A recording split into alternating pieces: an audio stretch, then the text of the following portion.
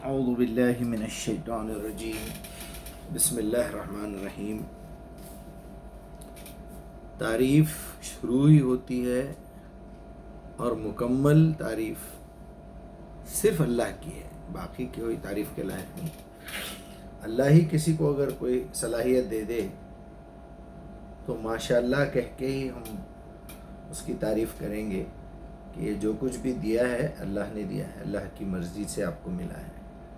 ہاں، یہ بات ضرور ہے کہ آپ کو کسی قابل سمجھا اس نے تو دیا، گورا رنگ دے دیا، آنکھ ناک دے دیے، تو تعریفیں صرف اللہ ہی کے لیے ہیں۔ کوئی صلاحیت دے دیا، ذہنی صلاحیت دے دیا، بولنے کی صلاحیت دے دیا، انیشیٹو آپ کو لینا ہے، محنت آپ کو کرنا ہے۔ آپ کے اختیارات میں جو 33% ہے اس کا کام تو آپ کو کرنا ہے۔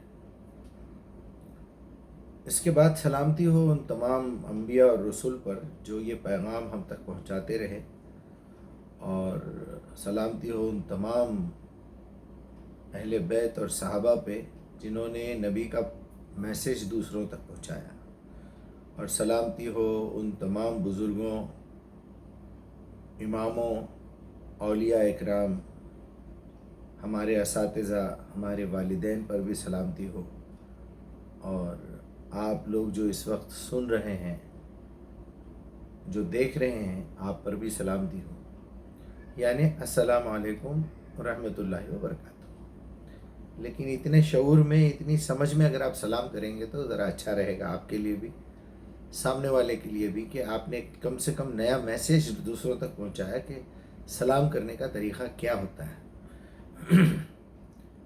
تو یہ سلامتی ہم جو کر رہے ہیں، یہ اللہ سے بیسیکلی ہم مخاطب ہے کہ اللہ کی سلامتی آپ پر ہو۔ سیکنڈ لیول میں میں اپنی طرف سے کوئی شر پھیلانے کے لیے، کوئی تکلیف دینے کے لیے آیا ہوا نہیں ہوں، بلکہ سلامتی لے کے آیا ہوں۔ اللہ تعالیٰ نے آپ کے لیے جو سلامتی بھیجی ہے، جو رکھا ہے، میری طرف سے بھی یہ گزارش ہے کہ آپ سلامت رہیں۔ میں کوئی شر پھیلانے نہیں آیا ہوں، اس کا نگیٹو ہے سمجھیے آپ۔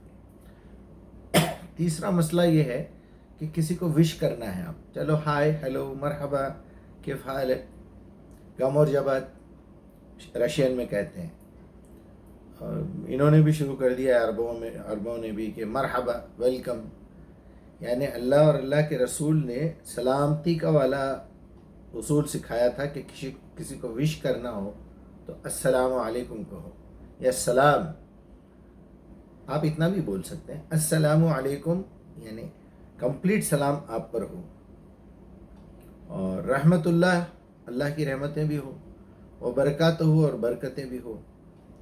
تو یہ آپ کے لوازمات ہیں، سمجھیے آپ۔ چلیے، میں نے اس لیے 3 منٹ خرچ کر دیے کہ اس پہ بڑے اعتراضات ہو رہے ہیں کہ آپ جو ہے وہ جو ٹرینڈ چلا آ رہا ہے، الحمدللہ رب العالمین والصلاۃ والسلام علی اشرف الانبیاء والمرسلین، نہ بولنے والا سمجھ رہا ہے، نہ سننے والا سمجھ رہا ہے۔ اعوذ باللہ من الشیطان الرجیم۔ میرا اللہ سے رشتہ جڑ رہا ہے، مخاطبت ہو رہی ہے، تو میں اپنے آپ کو پیوریفائی کر رہا ہوں، اپنے آپ کو اللہ کی سیفٹی سیکیورٹی میں دے رہا ہوں۔ میرا دیکھنا، میرا بولنا، میرا سننا، میرا سب کچھ، اب یہ بیان دینے جا رہا ہوں میں، تو اللہ سے التجا کرتا ہوں کہ اللہ مجھے کنٹرول عطا کر، مجھے شیطان کے وسوسوں سے محفوظ رکھ، اس کے بہکاوے سے محفوظ رکھ، میرے نفس کے شر سے محفوظ رکھ، انسان ہونے کے ناطے جو جذبات، جو غصہ، جو چیزیں آتی ہیں، اس سے کنٹرول میں مجھے دے دے۔ اس کے بعد تیرے ہی نام سے ہم شروع کرتے ہیں۔ آج کا میرا موضوع ہے سچ پہ، سچائی پہ۔ میں نے کچھ نوٹس لکھے ہیں تاکہ آپ سے جو ہے میں بالکل ٹو دی پوائنٹ ریلیٹڈ رہوں، لیکن یہ سلام کلام کے چکر میں 5 منٹ نکل گئے۔ تو سچ اور حق کی بات کریں تو یاد رکھیے، ہمیشہ انسان کے اوپر جو بنیادی بات سامنے آتی ہے وہ اس کی زبان کھلتی ہے، تو سچ بولا کریں۔ جہاں تک ہو سکتا کوشش کیجیے سچ بولنے کی، اور جتنا ممکن ہے جھوٹ بولنا چھوڑ دیجیے، خاموش ہو جائیے، جھوٹ مت بولیے۔ اگر آپ سچ بولنا نہیں چاہتے ہیں تو خاموش ہو جائیے. اگر آپ کو یہ ڈر ہے کہ سچ بولنے سے شر پھیلے گا، اکثر ڈاکٹرز بیوقوفی کر کے مریض کو بتا دیتے ہیں کہ آپ کو یہ بیماری ہے، آپ مرنے والے ہیں. تو ایسے نالائق لوگ ہیں. ارے مرنے والے تو سب ہیں ڈاکٹر صاحب، آپ میرے سے پہلے مر سکتے، بولنا چاہیے وہ مریض کو. اس کی آدھی ہمت تو آپ توڑ دیے. بولنا دیکھیے زندگی اور موت تو اللہ کے ہاتھ ہیں، ہم کوشش کر رہے ہیں. آپ کو ایک مرض ہے جو ڈائگنوز ہو چکا ہے، ہو سکتا میرے اندر کوئی مرض ہو ابھی تک ڈائگنوز نہیں ہو سکا، کینسر ابھی باہر نہیں آیا، ٹی بی باہر نہیں آیا، ایڈز باہر نہیں آیا، کووڈ باہر نہیں آیا، آئے گا تو. بہرحال تو سچ بولنا اگر آپ کے لیے کوئی پرابلم ہو رہا ہے تو آپ خاموش رہیے. اچھا، سچ مکمل بولنا بھی ضروری نہیں ہے. جتنی ضرورت ہے اتنا سچ بولیے. کوئی آپ کو کال کرے، جی میں راستے میں ہوں، اتنا ہی بولیے. ہمارے پاس کچھ زیادہ اوور اسمارٹ بننے کی کوشش کی جاتی ہے. السلام علیکم، جی وعلیکم السلام، میں فی الوقت میں وہاں جا رہا ہوں، وہ ایسا ایسا کام ہے اور اس نے ایسا بولا تھا، میں نے اسے. کیا ضرورت ہے بھائی اتنی تفصیل کی؟ جب ہم درس دینے کے لیے، قرآن سنانے کے لیے مثالیں دیتے ہیں، تفصیل دیتے ہیں تو آپ کو برا لگتا ہے، اعتراضات شروع ہو جاتے ہیں، اور جو ہے زندگی بھر پوری صبح سے شام تک کی بکواس کرتے ہیں ہم لوگ، اس طرف دھیان نہیں جاتا. مگر بعض لوگ ہیں بڑی تفصیلی بات کرتے ہیں. خیر، تو سچ بولیے، سچ سننے کی ہمت پیدا کیجیے.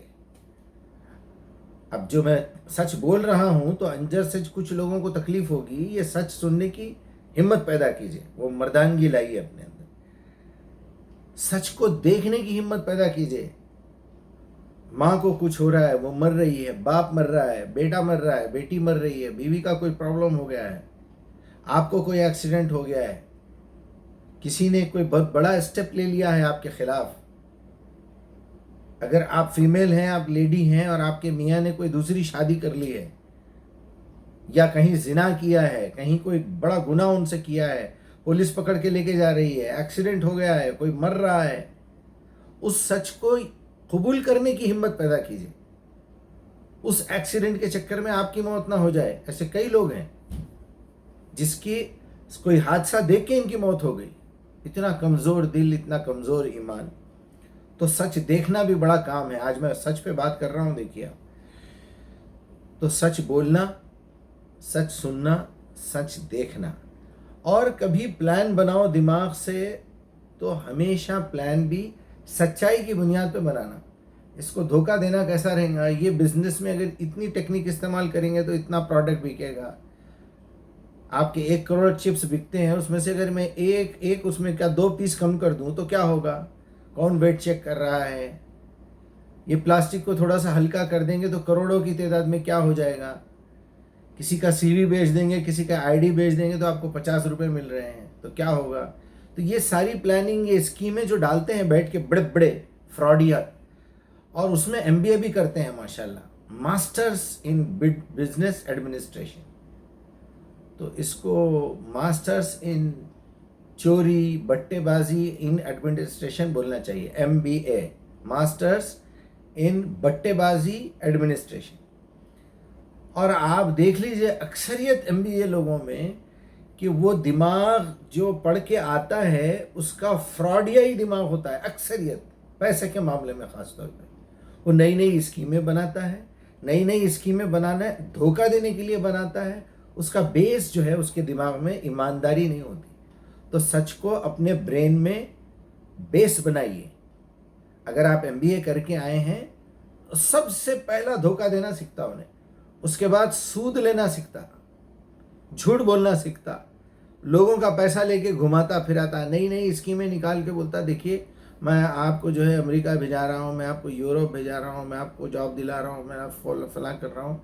اس کے جو ہے آپ کو 50,000 روپے دینے پڑیں گے. 1 لاکھ روپے کا خرچہ ہے، 5 لاکھ کا خرچہ ہے، لیکن رجسٹریشن فیس 10,000 روپے ہے جو نان ریفنڈیبل ہے.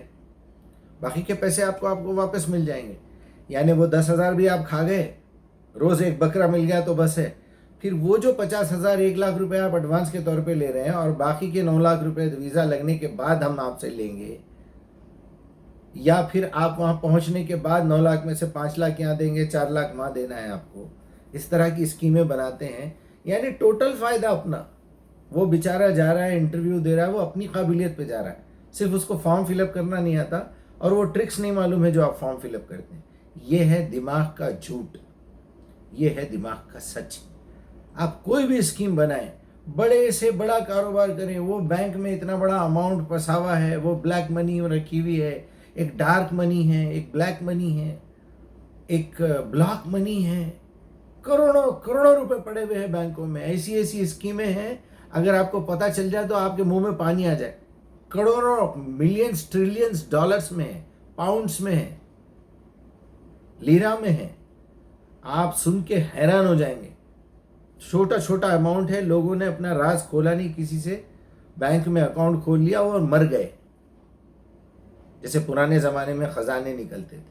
وہ ان کا پیسہ وہاں جام ہے اور وہ حکومت اس کو یوز کر رہی ہے، یا پھر اس کو ایک ڈارک منی میں ڈال کے رکھ دیا گیا ہے کہ یہ بلاک منی ہے، ڈارک منی ہے۔ ہاں، اس کو نکالنے کی ٹرائی ہو رہی ہے، لوگ نئی نئی اسکیمیں بنا رہے ہیں، فراڈ کر رہے ہیں، اپنے دماغ کی صلاحیت جو ہے، سافٹ ویئر انجینئرز ہیکنگ کے پیچھے لگے ہوئے ہیں۔ یہ آپ کے دماغ کی گندگی ہے، یہ دماغ کا سچ ہے۔ اب دماغ کے بعد اب آپ دیکھیے، میں باڈی پارٹ سے بات کر رہا ہوں، زبان ہو گئی، کانوں سے سچ سننا برداشت کرنا، آنکھوں سے حقیقت میں دیکھنا، دماغ کا سچائی کے ساتھ استعمال کرنا۔ پھر جیسا ہی آپ کا حلق کا معاملہ آتا ہے، آپ کے حلق سے آپ کے پیٹ میں جو ہے وہ نوالا حلال کا جانا چاہیے سچائی کی بیس پہ۔ آپ بے شک کروڑوں روپے کا نقصان ہو جائے۔ جاپان کے بارے میں سننے میں آتا ہے کہ اگر آپ کا $1 بھی گرا ہوا ہے، 1 ین بھی گرا ہوا ہے، 1 کروڑ ین بھی اگر گرے ہوئے ہیں، ٹریلین ملین اگر وہاں پڑے ہوئے ہیں، تو کوئی ہاتھ نہیں لگائے گا۔ کیوں بھائی؟ ایسی کون سی تعلیمات وہ لوگ حاصل کر رہے ہیں؟ یعنی قرآن ہمارے پاس ہے، محمد الرسول اللہ کی زندگی ہمارے پاس ہے، بڑے دعوے کرنے والے، سیاستہ کو ماننے والے، حنفی، شافعی، مالکی، حنبلی، رضوی، جتنے نام میں ہمیشہ لیتا ہوں، سب کو ماننے والے کہاں ہیں بھائی؟ آپ کی زبان کہاں پر ہے؟ آپ وعدہ کر کے بھولتے کیسے ہیں؟ مجھے بھائی میں ابھی کال کر رہا ہوں آپ کو، جی ذرا ابھی بزی ہوں میں، یہ تھوڑی دیر میں، بس ابھی سو رہا تھا، اٹھتے ہی کال کر رہا ہوں۔ کہاں ہے آپ کا کال؟ بس میں آ رہا ہوں شام میں، میں ابھی کال کر رہا ہوں آپ سے، کہاں ہیں آپ؟ کیوں لیتے محمد الرسول اللہ کا نام؟ آپ کو نہیں معلوم نبی بنانے سے پہلے یہ گارنٹی دلائی ہے اللہ تعالیٰ نے مکے والوں سے کہ محمد ذرا ان سے پوچھو تو صحیح تم میرے بارے میں کیا سمجھتے ہو۔ ان کافروں، ان مشرکوں اور ظالموں نے کہا تھا آپ اس وقت مکے کے سب سے زیادہ سچے اور سب سے زیادہ امانت دار آدمی ہیں۔ یہی کوالٹی تھی کہ اللہ سبحانہ و تعالیٰ عالم ارواح میں یہ فیصلہ کر چکا تھا کہ یہ ہے وہ شخصیت جس کو میں محمد بناؤں گا، یہ ہے وہ بندہ جو اپنے اختیارات کا پورا پورا صحیح استعمال کر رہا ہے، اس کو آخری رسول بناؤں گا، اس کی زندگی کا ایک ایک پہلو قیامت تک محفوظ کر دوں گا، اس کی زبان سے نکلا ہوا ایک ایک لفظ قیامت تک محسوس کر دوں گا، اس کے ذریعے سے بھیجنے والی کتاب کی پوری حفاظت کروں گا۔ کوئی معمولی پوزیشن نہیں ہے محمد رسول اللہ کی۔ بڑا نام لینے والے، انگوٹھے چومنے والے، میلاد منانے والے، شملے باندھ کے گھومنے والے، داڑھی رکھ کے سنت سنت سنت بتانے والے، منہ میں گھٹکا، ہاتھ میں سگریٹ، زبان پہ جھوٹ، پیٹ میں حرام، شرمگاہ سے بے حیا، فحاشی کرنے والے، سود خور، جوا کھیلنے والے، اپنا وقت ضائع کرنے والے، چھچوری باتیں کرنے والے، شرک اور بدعات میں مبتلا، کیوں لیتے ہیں نبی کا نام؟ تو میرے بھائی، یہ حلق سے جب حرام کا نوالا پیٹ میں جاتا ہے نا، تو وہ نوالا جا کے ہضم ہوتا ہے، اس کا خون بنتا ہے، وہ خون آپ کی پوری باڈی میں گھومتا ہے، آپ آنکھوں سے دیکھتے ہوئے بھی سچ کو نہیں پہچان سکتے، عجیب عجیب شک کی باتیں کرتے ہیں لوگ، ایسے ہو گیا تو، ویسے ہو گیا تو، کانوں سے سنیں گے آپ کی سچ ہضم نہیں ہوگا، جائے گا ہی نہیں اندر، آپ کا دماغ سچ کو قبول نہیں کرے گا، اور جھوٹ کو یوں 1 منٹ میں ایک جھوٹا بیان آ جاتا ہے۔ ایسے بڑے بڑے علماء کو دیکھا میں نے، فارورڈ پہ فارورڈ کر رہے ہیں۔ ارے میں نے بتایا میرے بھائی، وہ لڑکا جو ہے آپ کو دھوکہ دے رہا ہے، صرف 100 روپے بھیجو، 10 کروڑ کی پراپرٹی بنا رہا ہوں، 100 روپے بھیجو، 10 کروڑ، کروڑوں روپے آ گئے، آخری میں اس کا اکاؤنٹ بلاک ہو گیا۔ جس نمبر پہ لوگ بھیج رہے تھے بعد میں پتا چلا وہ کسی غیر مسلم کا ہے. عقل نہیں ہے نا. کیونکہ جھوٹ بول بول کے، جھوٹ سن سن کے، جھوٹ دیکھ دیکھ کے، جھوٹا نوالا کھا کھا کے، حرام کا نوالا کھا کھا کے پورے خون کے اندر جھوٹ بھرا ہوا ہے، پوری باڈی میں جھوٹ گھوم رہا ہے. تو میرے بھائی، یہ جھوٹی زندگی میں سچ کہاں سے ہضم ہوگا آپ کو؟ ایک ندی نالے میں رہنے والے بیکٹیریا میں جس کی پیدائش ہوئی وہیں بڑے ہوئے، اس کھانے کے ساتھ بیکٹیریا کھانے کی ان کو عادت ہو چکی ہے. آپ ان کو بسلری واٹر صاف ستھرا کھانا کھلائیے، طبیعت خراب ہو جائے گی ان کی. تو یہ ہے آپ کے پیٹ کا معاملہ. اللہ تعالیٰ نے شرمگاہ دی ہے، ضرورت کے لیے بھی دی ہے، شہوت کے لیے بھی دی ہے، آگے نسل بڑھانے کے لیے بھی دی ہے، اور آپ کے جذبات کی تسکین کے لیے بھی دی ہے، آپ کی روحانی تسکین کے لیے بھی دی ہے. تو اس کا صحیح استعمال بھی بتایا ہے. اس کا استعمال کر کے لوگوں کو دھوکہ دینا. آپ کسی کو پرپوز کریے تو جواب یہ ملتا ہے کہ جی نہیں، آپ کو اگر دوستی کرنا ہے تو کریے، میں نکاح نہیں کر سکتا، میں نکاح نہیں کر سکتی. اس شادی کے جھنجٹ میں پڑنا یہ بیوقوفی ہے. یہ جھوٹ نہیں ہے، یہ سچائی کے خلاف بات نہیں ہو رہی. چلیے، میں نے کچھ لکھا ہے. ہاں، سچائی کی گواہی، سچائی کی گواہی دیجئے. کبھی ایسی سچویشن آ جاتی ہے جس میں آپ کو سچائی کی گواہی دینی پڑتی ہے، سچ کے گواہ بن کے کھڑے ہونا پڑتا ہے. اس کے لیے پہلے تو میں سورہ بقرہ کی آپ کو 208 نمبر کی آیت بتاؤں گا کہ یا ایھا الذین آمنوا ادخلوا فی السلم کافہ. جب آپ یہ پورے سچ کے کنڈیشنز برابر کرتے ہیں کمپلیٹ، تو آپ مسلمان بنتے ہیں. ورنہ ایک ایک چیز نکالتے جائیے، ایک ایک چیز نکالتے جائیے. یہ 10 آئٹمز جو میں نے سنائے ہیں، یہ 10 آئٹمز میں سے ایک ایک آئٹم نکالیں گے، 10% کفر آپ کے اندر گھستا جائے گا، اسلام نکلتا جائے گا. اب آپ جھوٹے ہیں تو 10% آپ غیر مسلم ہیں، کافر ہیں. آپ وعدہ خلاف ہیں اور 10%. آپ جو ہے غیبت کرتے ہیں اور 10%. یعنی زبان کا غلط استعمال. سچ قبول نہیں کرتے، کانوں سے منافق ہیں، آنکھوں سے منافق ہے، دماغ سے منافق ہے، حلق سے ہے، پیٹ سے ہے، غذاؤں سے ہے، ہاتھوں پیروں سے. اب آخری میں گواہی کی بات آ گئی. سورہ نساء میں اللہ تعالیٰ یہ کہہ رہا ہے، حق کی گواہی دو، بھلے وہ تمہاری اپنی ذات کے خلاف ہو، تمہارے والدین کے خلاف ہو، تمہارے بیوی بچوں کے خلاف ہو، تمہارے قریبی دوستوں کے خلاف ہو. اتنی بات پہ جھوٹ بولتے ہیں. وہ میرے چاچا جو ہے وہ پولیس میں ہیں، وہ ہمارے ابا فلاں منسٹر ہے. رات کو باس کو فون آ جاتا ہے کہ بھائی اپنا پٹھا پکڑا گیا ہے. وہاں پر انسپیکٹر کو فون آ جاتا ہے اپنا بچہ ہے چھوڑ دو. یا پھر جیل کے اندر سے رات کو نکلوا کے دوسرے کا مرڈر کروا کے پھر واپس جیل میں آ جاتا انہیں. صبح میں گواہی لو تو کہاں ہے بھائی؟ ارے میں تو جیل میں تھا. بھائی آپ پولیس اسٹیشن کا ریکارڈ چیک کریے، وہ جیل میں ہے. یہ جھوٹ نہیں ہے؟ عدالتوں میں لا کے لوگ جھوٹ بولتے ہیں، پاسپورٹ میں اپنی ڈیٹ غلط لکھواتے ہیں، اپنا نام کبھی جھوٹ بولتے ہیں. مرد آدمی اپنی انکم کے بارے میں جھوٹ بولتے ہیں، عورتیں اپنی عمر چھپاتی ہیں. بیٹی کی شادی کے وقت 50 جھوٹ بولے جاتے ہیں. آپ کا رخہ ہے تو جھوٹ لکھتے ہیں آپ اس میں. تو جھوٹ سننا، جھوٹ دیکھنا، جھوٹ سوچنا، جھوٹ بولنا، جھوٹ کو قبول کرنا، جھوٹ کو استعمال کر کے روٹی کھا کے پورے خون میں گندگی پھیلا دینا. یہاں تک کہ شادی کا معاملہ وہ بھی جھوٹ، جو گواہ بیٹھے ہوئے وہ بھی جھوٹ. وہاں لڑکے کی انکم غلط لکھائی جا رہی ہے، وہ فلاں ڈاکٹر ہے، فلاں انجینئر ہے، فلاں کی تنخواہ اتنی ہے، اور یہ ہے اور یہ ہے. جھوٹ. اچھا، کوئی بات کو چھپانا بھی جھوٹ ہے. مثال کے طور پہ آپ سے کوئی پوچھ لے کہ بھائی آپ مجھے اپنی زندگی کے یہ تمام معاملات ذرا بتائیے. کوئی رشتہ ہو رہا ہے آپ سے، کسی نے آ کے گواہی لے لی، تو اب آپ جھوٹی تعریف کر دیں گے اس کی؟ بے شک آپ پہلے تعریف کیجئے اور سامنے والے کو یہ بتائیے دیکھیے انسان ہونے کے ناطے ہر ایک میں کوئی نہ کوئی خرابی ہے. آپ میں بھی ہوں گی بھائی صاحب، میرے اندر بھی خرابیاں ہیں، میرے اپنے بیٹے میں، میری بیٹی میں بھی خرابیاں ہیں. تو لہٰذا خرابیوں کو اگنور کیجئے.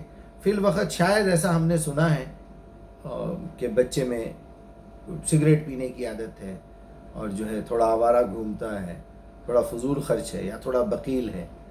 اب بالکل ہی آوارہ ہے، رات دن گناہوں میں پڑا ہوا ہے، ڈرگز لے رہا ہے، شرابی ہے، جواری ہے، تو آپ زیادہ سے زیادہ یہ بولیں گے کہ بھائی صاحب ان کے بارے میں مجھ سے مت پوچھئے،